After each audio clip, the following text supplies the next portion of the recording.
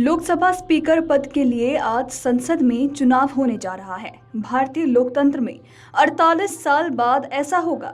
NDA की तरफ से ओम बिरला और विपक्ष की तरफ से कांग्रेस सांसद के सुरेश मैदान में आमने सामने हैं।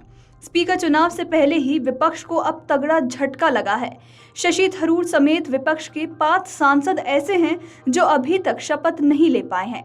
ऐसे में नियम के मुताबिक वो स्पीकर चुनाव में हिस्सा नहीं ले सकते हैं। 2 निर्दलीय सांसदों ने भी अभी तक शपथ नहीं ली है। लोकसभा अध्यक्ष पद के लिए होने वाले चुनाव को लेकर ये तो स्पष्ट है कि पलड़ा भाजपा गठबंधन वाली एनडीए पर भारी है।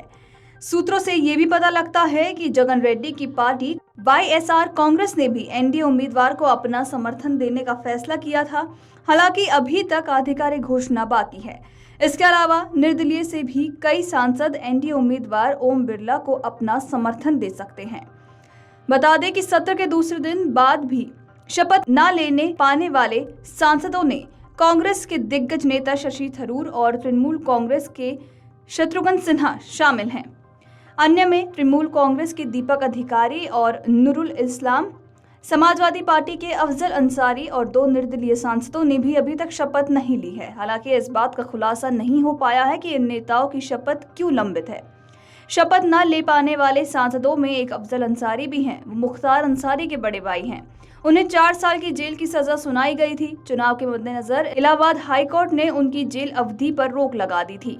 जुलाई में कोर्ट खुलने पर मामले की सुनवाई होगी। यदि अदालत उनकी सजा बरकरार रखती है तो वो संसद की सदस्यता खो देंगे। आपको बताते चले कि स्पीकर चुनाव में जीत उपस्थित और मतदान करने वाले सांसदों की संख्या पर आधारित होगी, जिसका अर्थ है कि इन 7 सांसदों की अनुपस्थिति से कुल संख्या कम हो जाएगी।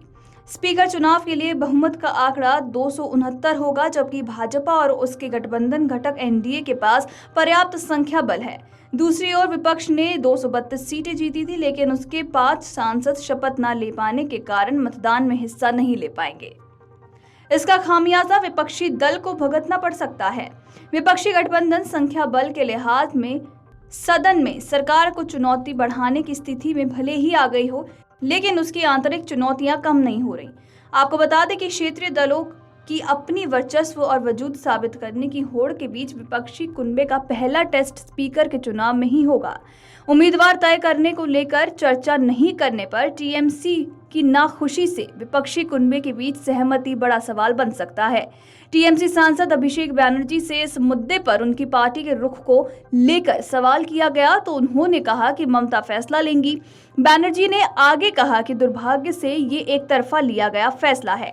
टीएमसी सांसद के अनुसार बात करें तो किसी ने भी इस बारे में टीएमसी से राय नहीं ली है और इस बारे में पार्टी की प्रमुख ममता बनर्जी ही कोई फैसला लेंगी। हालांकि इंडिया में शामिल किसी अन्य दल ने किसी तरह का विरोध नहीं जताया और न ही असहमति का कोई सुर नजर आया। वीडियो डेस्क अमरउजाला.com। अगर आप ये वीडियो YouTube पर देख रहे हैं तो हमारे चैनल को सब्सक्राइब करें और बेल आइकन को दबाना ना भूलें। अगर आप Facebook पर ये वीडियो देख रहे हैं तो हमारे पेज को लाइक करें।